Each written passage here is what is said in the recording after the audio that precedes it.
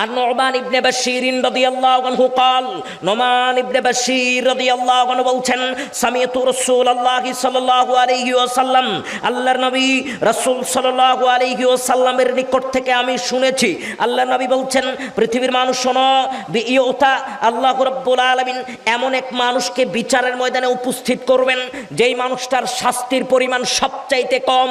দুনিয়াতে যেই মানুষটা সবচেয়ে কম পাপ করেছে, দুনিয়াতে যেই মানুষটা সবচেয়ে কম পাপ করেছে এমন মানুষকে আল্লাহ বিচারের ময়দানে নিয়ে আসবেন। নিয়ে আসার পরে কি করবে? মাল্লাহু না'লান ওয়া শিরকান, জাহান্নামের আগুনের দুইটা অঙ্গার, জাহান্নামের আগুনের দুইটা অঙ্গার। অথবা আল্লাহর নবী বলছেন অন্য হাদিসে, মাল্লাহু না'লান ওয়া শিরকান, জাহান্নামের আগুনের জুতা আল্লাহ তাকে পরিধান করে দিবেন। আল্লাহর নবী বলছেন শোনো, ইয়াগলিমিন হুমা দিমাগুহু কামা ইয়াগলিল মিরজাল, যেমন ভাবে উত্তপ্ত চুলার উপরে তামার পাতিল দিলে টকবক করতে থাকে, জাহান্নামের আগুনে